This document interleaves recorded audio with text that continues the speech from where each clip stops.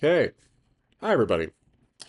Welcome back to episode 2 of the City of Thievery. This is, of course, World of Dungeons, a very lightweight one-page RPG. One page. And we continue our little escapade through the City of Thievery. Now, don't have a name for the city officially. The title of the one-shot is called City of Thievery because there's a lot of petty crime going on here in this area of interest. Now, here's our table. Here's me. And I have made a few adjustments to my setup so you guys can see me directly head on, apply directly to the forehead. And we have our magic cards. We have part of the one-page mythic. I put that aside and I'm using an old friend here. We've used this before. It's just a cutout of it. I'm going to be using our typical D100 Oracle where I pitch the price and we have to roll at or below to make a yes.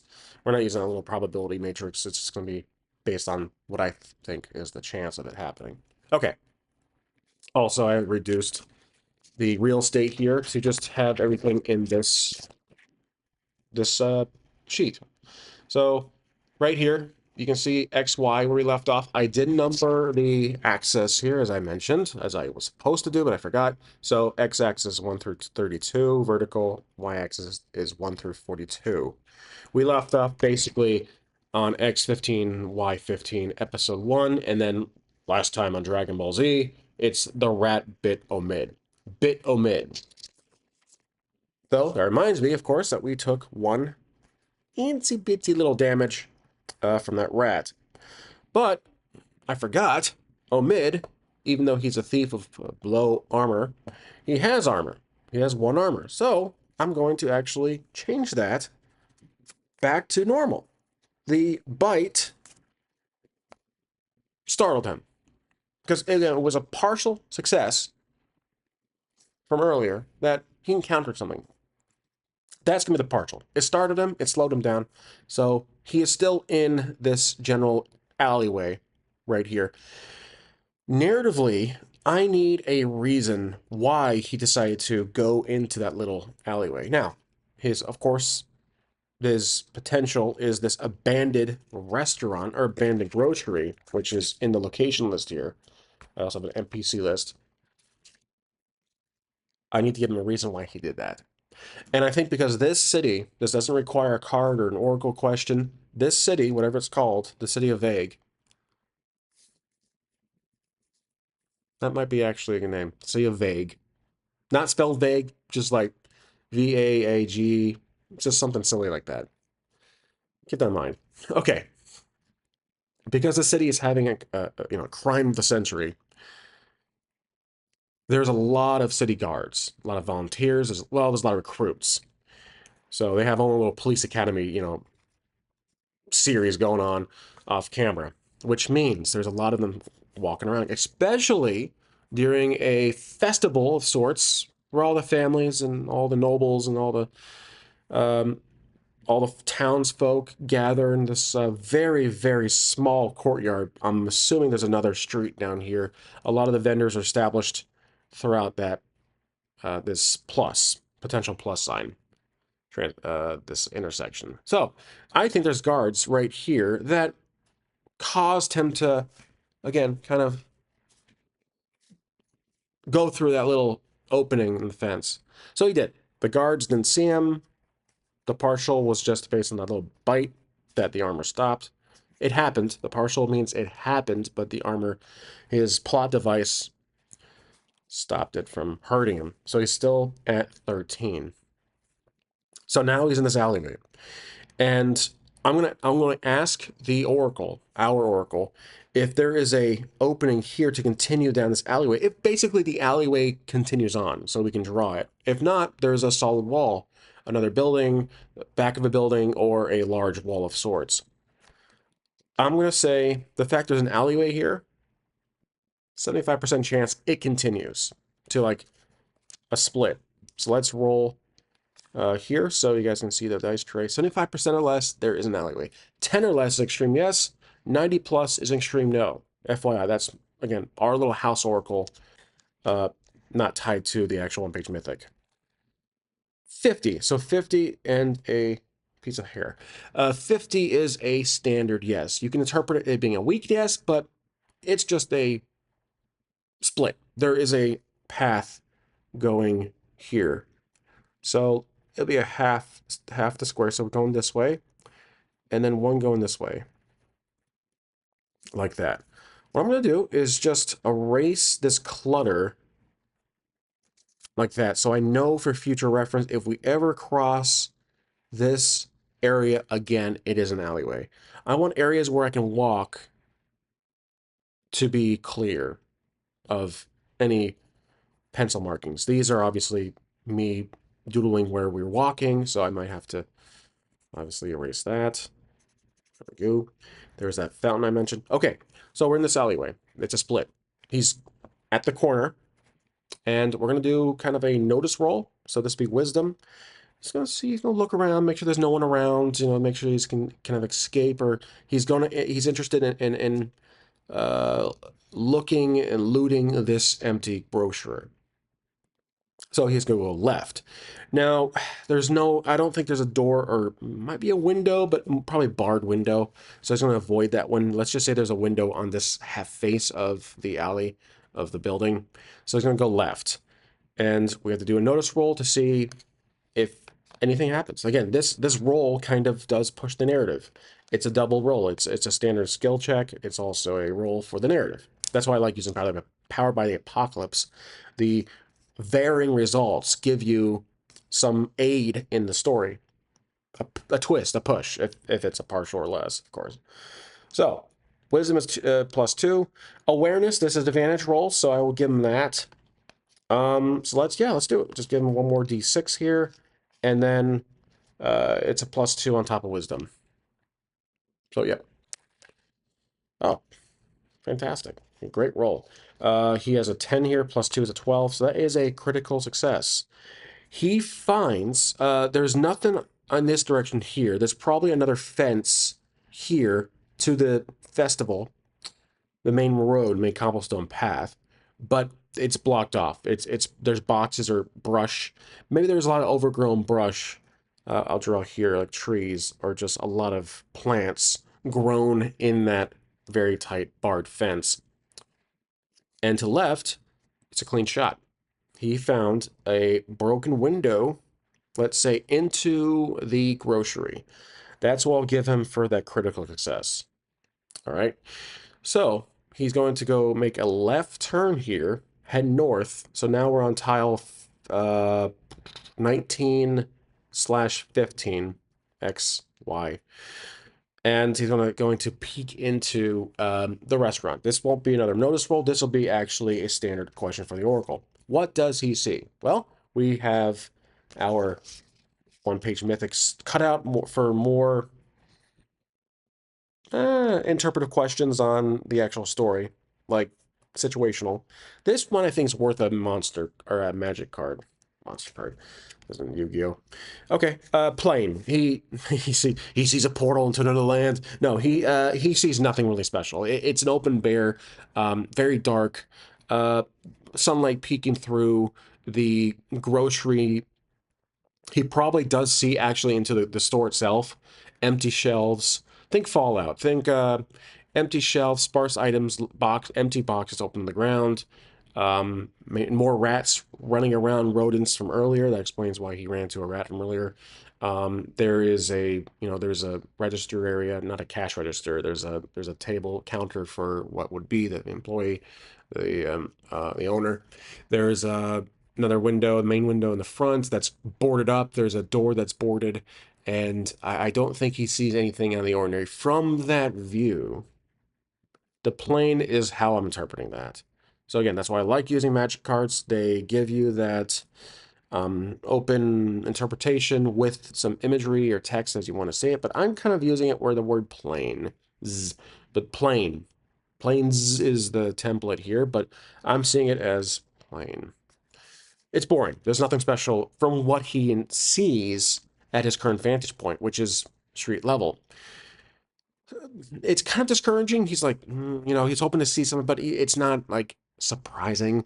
He was being expect to see like a golden legendary weapon hanging on the wall and says, "Take me, please."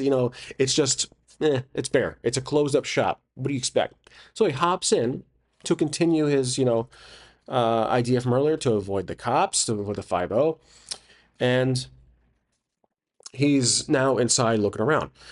Okay, we're macro here. We're macro play. He's inside. He's looking around. Let's roll to see how that goes. This will be um, a standard roll. I don't think he's in any danger, so I'm not going to let him do that awareness boost, which is again a skill of his. But I'm going to have this actually be a perception style roll, more of like he's looking around. I mean that does kind of relate to the earlier roll, but he's not in danger anymore. The alleyway did provide some coverage and, sanity for his own protection, but I think he's in more of a safer space, possibly. So we'll do a +2, but it's just a standard D6, 2d6 roll. 7. That's a partial's a 9, so 9 partial. Okay, so he does look around. It's a high partial. You can interpret it as it is. But let's actually ask our table of contents here, discovery meaning table, what is the partial? Why is it partial? Is it bad? Probably not, but we'll read it as we roll. Okay. 99. 99. Wow. Uncertain. Okay, that does make sense. 47. Lacking. Uncertain lacking. Uncertain. He's not confident about he can't find anything. Um he looks around the general floor of the store, the general store floor, and there's nothing. Empty boxes, no rations, there's rats. But the partial leads me to think that uncertain, lacking.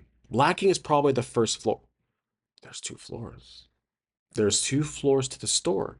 The uncertain covers the upper floor. He did not know, or he's not sure. So that role encompasses the first floor. The second floor, uncertain. So let's say it is a 2 floor. I'm going to write that down in the location notes. So right here, I'm going to put 2 floors. The good old duplex of a store. Okay, so he sees a stairwell. Oh, there's a door. No, there's a door locked. I think so. Even though it's abandoned, I think whoever hightailed it out of here left that door closed for a reason. Locked. Sorry, that's just okay. Let's roll. 75% chance this door is locked. So I'm gonna, bumping that up a little bit over 50. 50 is always the default. 59. 56. It's locked. Nothing special about it. So he's going to walk up to the door. He's a thief. He's looking for that big score, and he thinks upstairs might be some living quarters of the store owner. Maybe that store owner left some things. So we have lockpicks. This is something he can do. Remember, his special abilities are my head. So lucky and reflexes. Lucky and reflexes. Once per session for lucky, he can turn a partial into turn a miss into a partial. That'd be a quirk. Turn a partial into a miss. You know what? I think I should fail here. Reflexes, of course, it's when you're more in combat. Okay, so stealth does kind of relate to. Let's look at the rules. I think I did not use the lock picking special ability thieves get. Tinker. That's pick a lock. It gives you advantage. Well, as I'm interpreting it, you're allowed to do it, but I'm letting him pick a lock here. He has lock picks. That's an item. So that allows him narratively to pick a lock. So this will be +2 dexterity in my eyes. So let's roll for it. How does this go for picking his lock? 8 +2 is 10. So he's able to pick that lock. It's a standard success. 8 +2 is 10. 10's a standard, nothing special. Click. He does his thing. Lock picks. He still has a bunch left. He's a thief after all. And the door lock opens. He's going to grab the door handle, turn it left, and open it slowly. He looks up, and what does he see through the crack of the door? I'm assuming a stairwell going up. It's a 2-floor. Ooh. Well, actually, you know what? We pulled that card in another video. I'm going to put that back. I think I pulled it in my demonstration video, if I'm not mistaken. I'm going to keep things fresh. I also pulled that card, and jeez, all these cards are just not... You know, let's just do that. I think I pulled, like, what, a couple 5+ cards. I'll put a lot of these in the back. And I have a shuffler. I'll do that off camera later after recording. So, fresh card off the... Here we go. Okay. This is a... looks like it... Let me get it closer to the camera so you guys can see it. So I can see it too. It looks like someone holding something. A research assistant. Human wizard. Footsteps. This guy is kind of struggling to carry something. There's no panic. These two in the back are not really aware or worried. This might be an open area, public area. There's a... He dropped something. Oh! Oh, not the person, but something dropped. So when you interpret these, pick a word that stands out the most. He dropped something. Okay. Who dropped something? Did the door? Was there something against the door?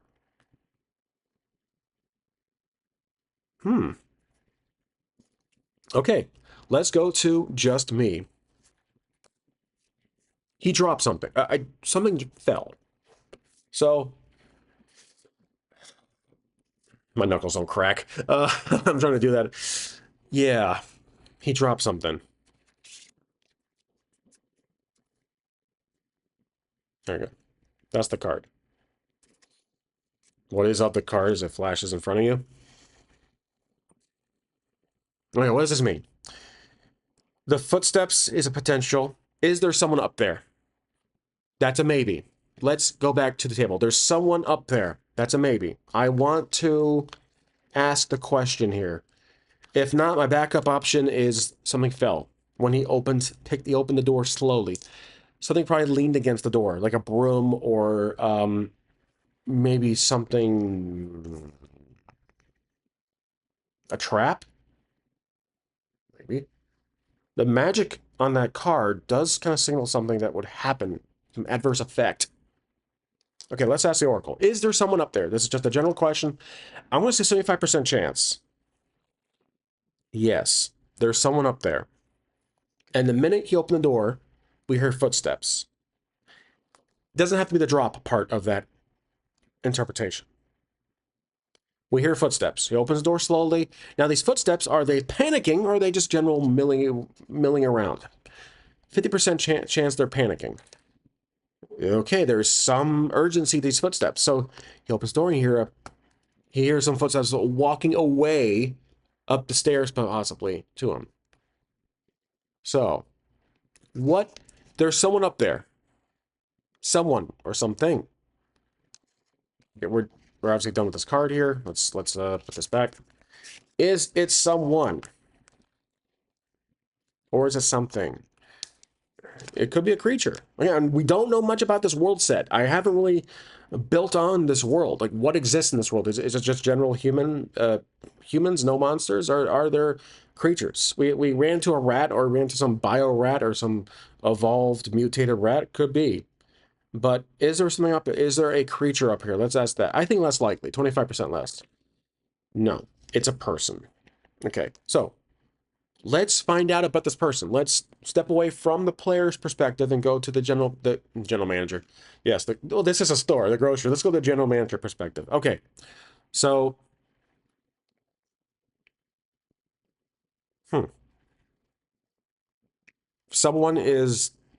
whoever's up there is dying, is ill, and they've been hiding here for a long time. In terms of magic, I have mentioned, I've also talked about using magic in my videos, and I typically don't use magic, but I just typically don't. Dark magic, I would allow, but very rarely. Could be something of interest. This is what drives me to saying that. So, whoever's up there is ill,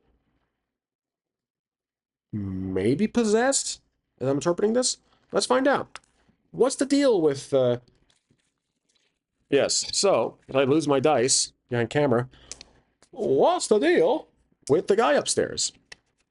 Let's roll these 2 dice here. He's ill, so I established that. Emotions. Something's running high here. 91.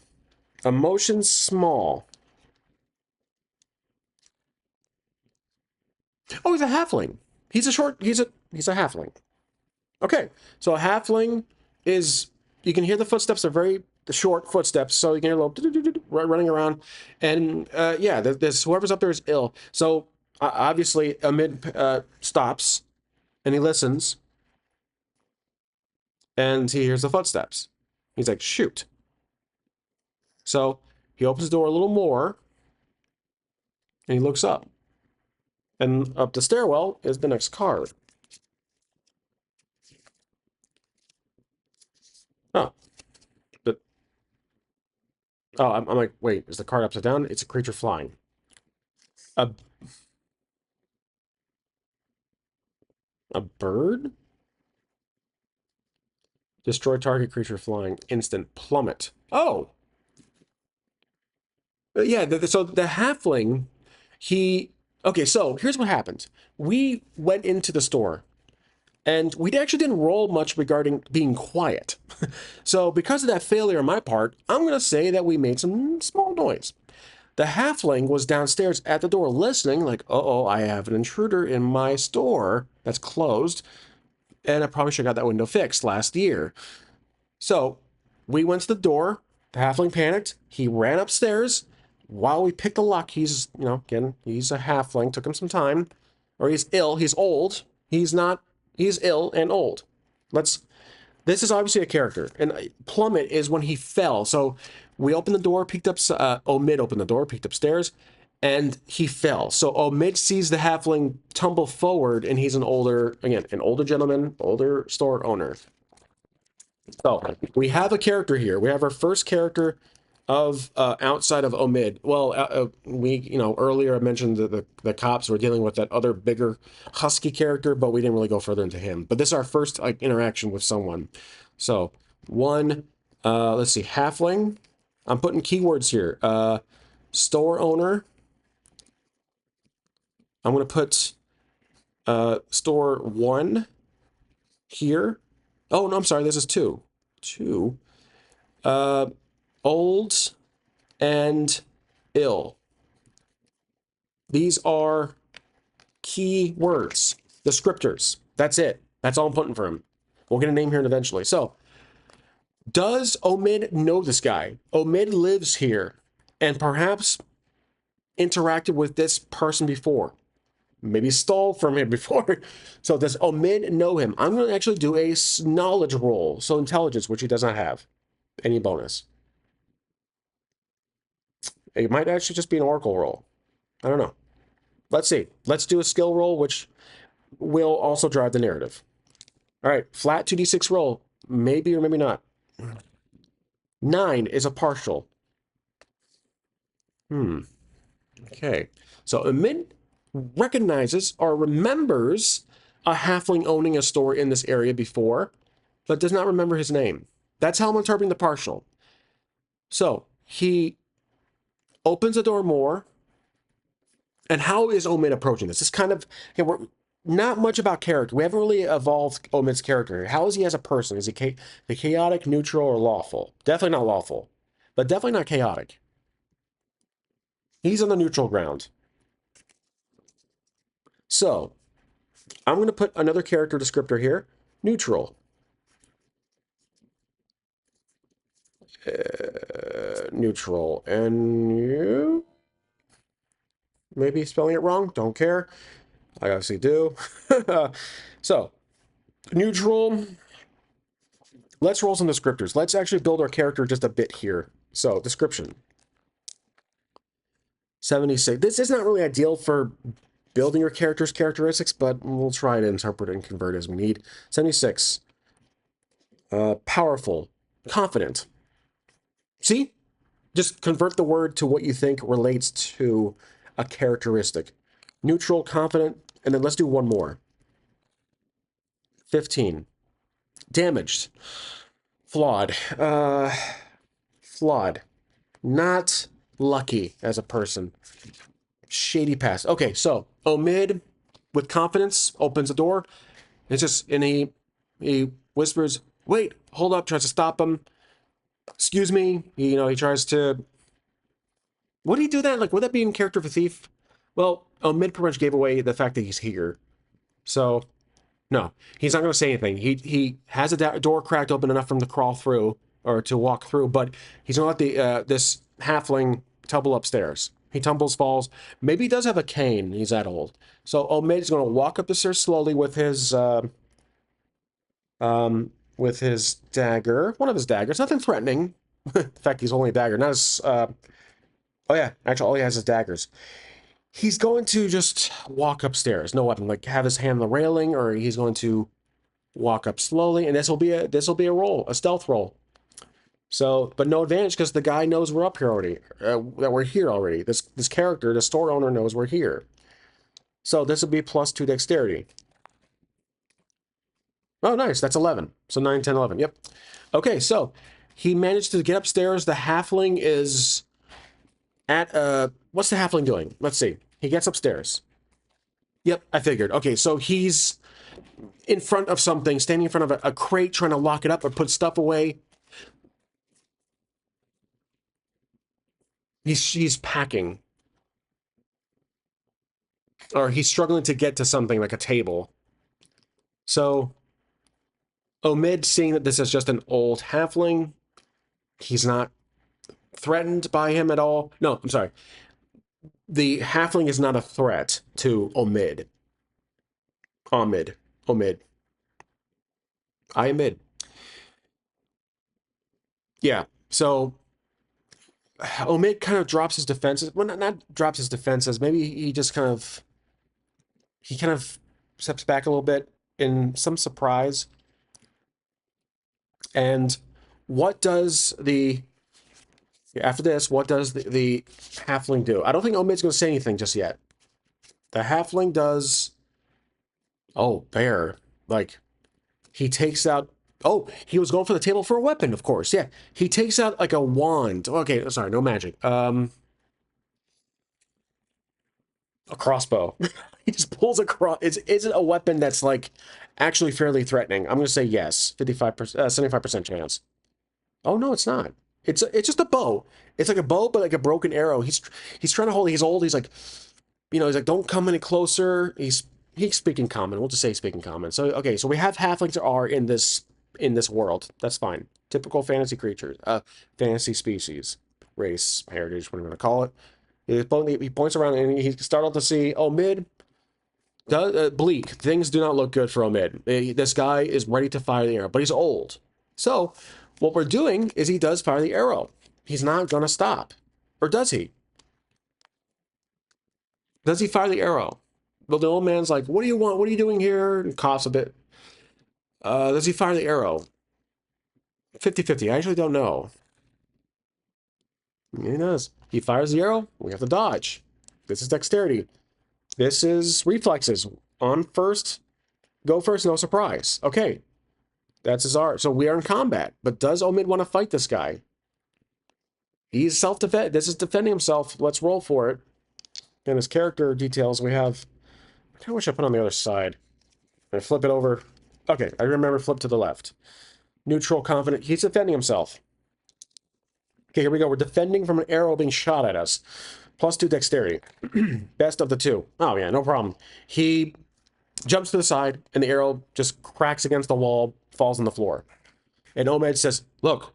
He says, relax, old man. I'm not here to hurt you. I did not know there was anyone in the store. And the halfling holds his position, going for another bow, struggling to grab it. Maybe he did have like a bow around him, or he had what do you call that? It holds the bows. And he doesn't have any more bows left. He says, the old man's like, what do you want? Let's see what the old man says. Draw a card.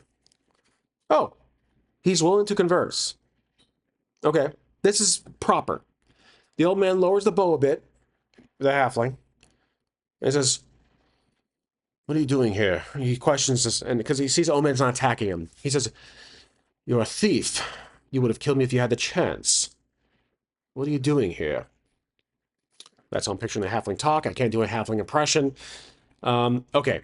So, a hobbit. This is Tolkien. Um, Omid says, well, I was gonna steal things on the stairs, but there's nothing here. It's like, I heard, I was thinking upstairs might be something of value, and here you are. What are you doing here? And so there's a stalemate. Omid broke in to steal things, and this guy is, I think he's actually a squatter. He was a store owner, so the old man says, I live here. And so Omid replies, this place has been closed for years. You have a rat infestation. So the old man, the old halfling is like, yes, well, I never actually left. They don't know I'm here. So maybe this halfling is on the run, or he's done a crime. Let's ask the Oracle. Is this halfling like a fugitive of sorts? 75% chance. Yeah. So, okay. So Omen asks for his name. He says, what's your name? Omen's basically, you look familiar, but what is your name? And the halfling, he'll respond. This is a very neutral conversation going on. He says, I am something dark side. Let's think of a name. So he is a fugitive. He is a criminal, but he's been hiding here. So he's ill. He's a fugitive. He's a fellow thief of sorts. His name is Tucker. Let's draw a card. Sphere. Not a sphere. Sphere. Sphere. Sfeer. Weird. Perfect. Sphere. Stupid name. Perfect. I love it. Sphere. He says my name is Sphere. And then Omen's like, I remember that, kind of. He lies. He's a white lie. He's like, I remember that. And yeah. So sphere, sphere, I might say sphere, or seer at times, I apologize. He's like, I'm from the Sears family line of products. He says, I've been here for years, and fortunately I'm running low on food. I've been hiding out from those damn guards. They can on every corner. So he explains he's been trying to escape, but the guards everywhere makes things difficult. He's hoping that this night, maybe he hasn't been here for years. Maybe he's been here, he's come back for something. He says that he's been gone for time, but he's come back. He forgot something here in his upper living area. So he says, I came back for something, but the guards have been, this festival has been troublesome to escape. And then Omid says, look, obviously I won't give away. He says, obviously I won't tell the guard about you being up here. They have bigger things to worry about. That's not my business. But I'm not leaving here empty-handed. Omid's a thief. And I'm going to remain that character. So, Sphere says, what are you proposing? Omid proposes that he will help him escape, get out of town, if he provides him with an item of value. Obviously, Sphere came back for like maybe a family portrait or a locket, something of a memorabilia. Nothing really of value to Omid.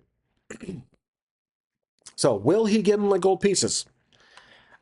I don't think so. Criminal on the run, probably not wealthy enough. 25% chance. No, oh no. It's going to be different. It's something in the room. That's extreme no. What can he provide him? Let's see. Discovery meeting table there. 40. Enemies. 82. What can he provide him? Enemies, rotten. Something that can deter away enemies. A flash bomb. Some type of grenade that, like a spark bomb, like a flash bomb. So he's looking around. He's like, I don't have much left. And then he sees on the shelf a nice shiny thing. Omen sees a little sparkle in his eye. So the halfling walks over, ill. We gotta remember that he's sick. He grabs off the shelf. He reaches pretty high up there. It's like a 5-foot shelf, or 4 foot. He grabs it. He says, he walks over to Omid. Take this. He says, if you throw this with enough pressure, it will explode. Non-lethal, but it should create a distraction if you ever need to use it. There you go. So he has a flash bomb.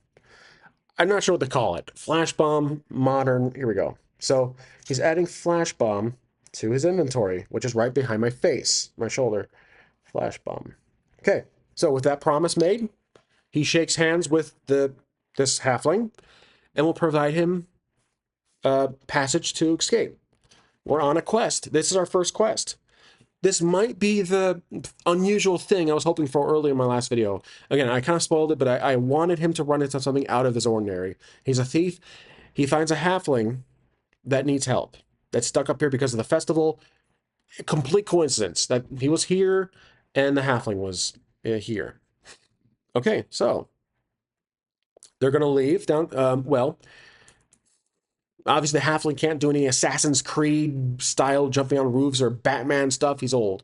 They have to go down to the first floor. So they go down the first floor. Some rats scatter around, and they go out the window that he came in. So he helps him out, goes out the window, and in the alleyway, what happens? Card drawn.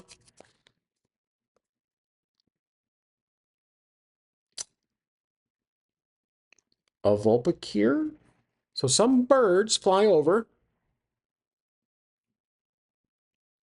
Could be a scout. Could be a scout for the guard. I imagine the guards have some scouts, birds, flying around like drones, like, like security drones, flying around, looking around, just keeping an eye out. And I think he sees this. Omid sees this, his natural instinct. No. We have to roll for it. This is flying around. So that's our condition. That's our story. That's our, if you think fate, that's our aspect. There's a bird, a scout flying around. So we have to roll for it. This is something in awareness. This is his advantage. He's out in an area where there could be danger. So naturally, our thief is prepared. +2 on this roll with wisdom, which covers perception. Okay, so there we go. Before he helps the halfling sphere out the window, he's looking out, rolling for advantage. Oh yeah, 3d6. Ooh, choose the best of the three. Yikes. Okay, so 6 plus 2 is 8. I'm good at math. 6 plus 2 is 8. Okay, it's a partial. He sees the bird, but the bird might have seen him back. Or does not provide enough time to go through it. It's too risky. He stops Sphere. He says, look, it's one of those damn guard scout birds. Maybe the bird does look like this. It's a bright bird, easy to spot. It has very golden, kind of golden feathers. It's very easy to spot. He sees it flying around. He's no stranger to these birds. So he sees it. He's like, all right, we'll have to find another way out. What about the front door?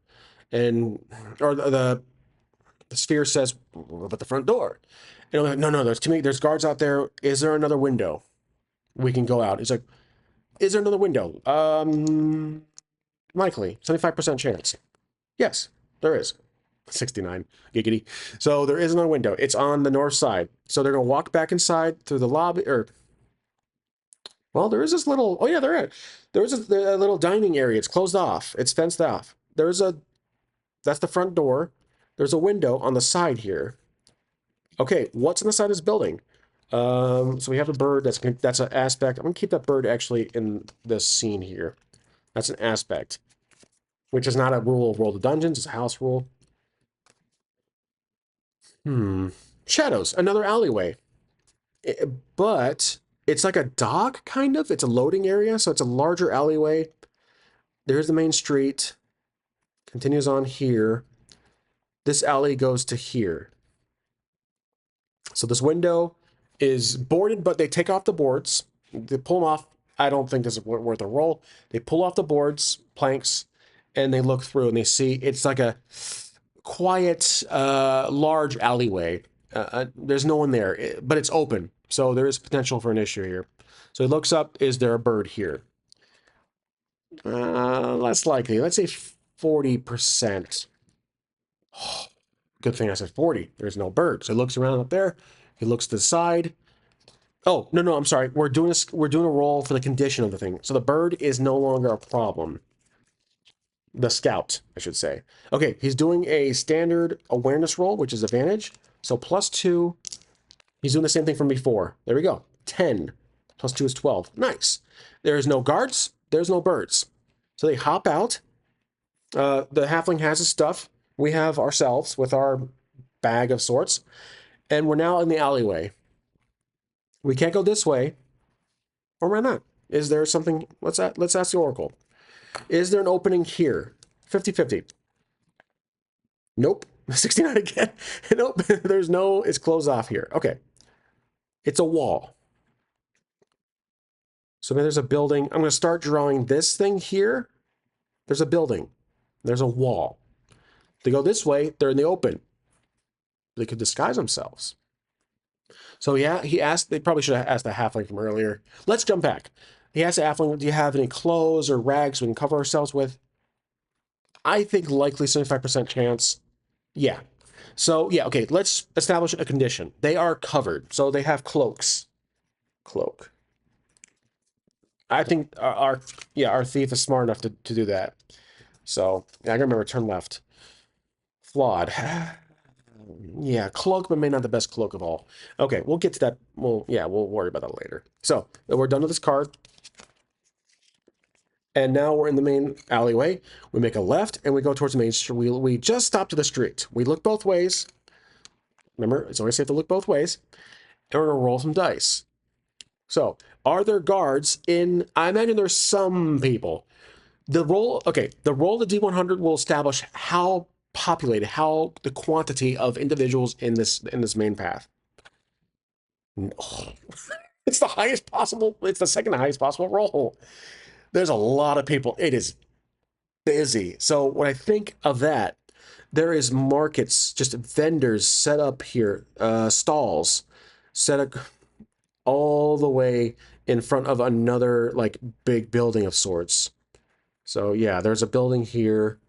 It could be apartments or it could be more shops, more buildings. There we go. But there's a bunch of shops and there's a bunch of people here. And to the right is another building.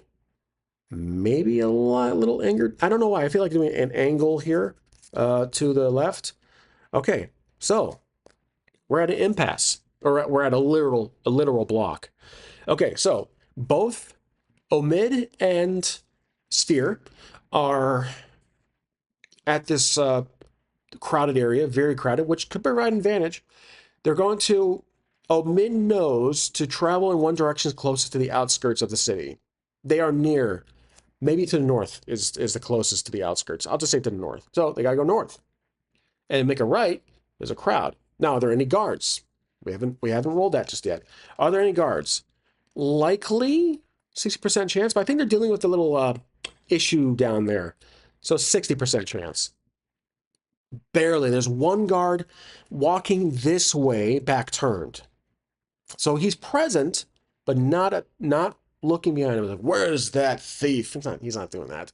So Omid and Sphere make a right and they go into the crowd. So this will be a standard roll with general aspect advantage of a crowded area. So again, in Fate, I'm sorry for mentioning it so much. You would call on the aspect, invoke the aspect, pay 2 Fate points. Actually, it might be free. Actually, I forgot that. I gotta look at the rules really quick, but you could say you pay 2 Fate points to use the aspect of the crowd advantage, which gives you a +2 on the roll. For this case, it's just the +2 dexterity or wisdom. It's +2 either way, and it's advantage for situational advantage, I would say. Awareness was also part of it, but yeah. Here we go. We're rolling to see if we can go north. 9 + 2 is 11. Success.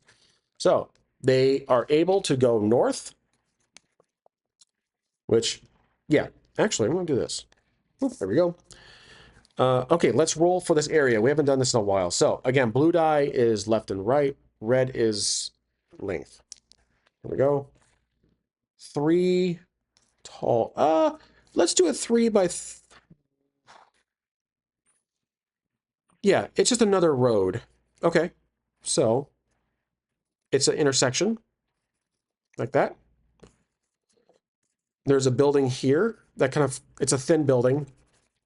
It could be an apartment or some, it's just something is blocking that. It's a building. So, all right, he's gonna get to the corner here, and the crowd gets a little less because most of them are congregated here.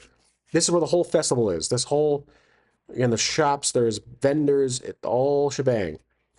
With a big, ugly, abandoned building where it's happening. So, yeah. Okay, so we get to this intersection here. They're in the crowd. The crowd begins to dwindle a little bit. So, um, which way do we go?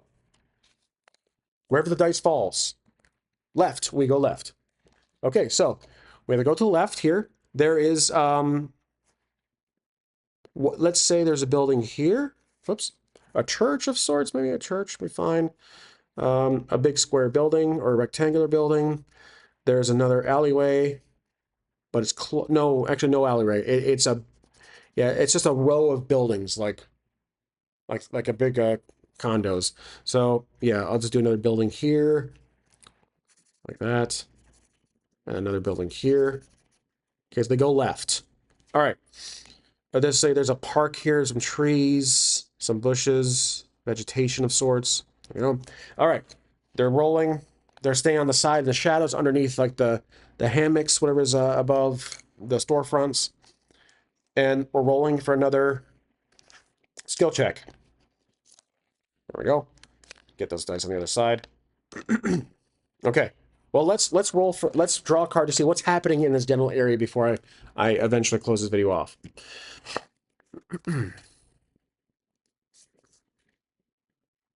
Oh, an ambush.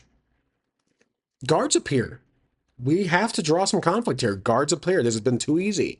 Okay, so Mid and Sphere are about to kind of go through the crowd, and something pops up. The guards appear. This could just represent guards. They don't get ambushed. It could be represent guards. Well, we do have to do a roll here to see if we can... Yeah. Okay, so... I'm sorry. Richie. All right, so we got to do a roll here. There are guards. So they're present. They're now in the area. They just appeared. Like wild Pokemon. And we're doing a roll. Awareness +2, which will be with advantage. Here we go. Okay, so we have 5. Okay, so that one's disqualified. 6, 7, 8, 9, 10. Barely gets by. So there are guards, and they're kind of walking this way. We managed to walk directly by them, and Omid sees them. They're looking around like this, but Omid and him are low with the rags, with the covers, with the cloaks, and all the sorts of things, and they get by them, and they get to another intersection. Okay, so that they avoided that. Good job. The cloak came in handy. Okay, they get to another intersection. There's a left here, and there's a way to the north. There's a way to the south. It's a standard plus intersection. There's a building here, most likely, and there's a building here. So they go to the right. All right, when they look to the right, they see the following. Oh, this one has a different back. An illusion. Oh. They see something very strange.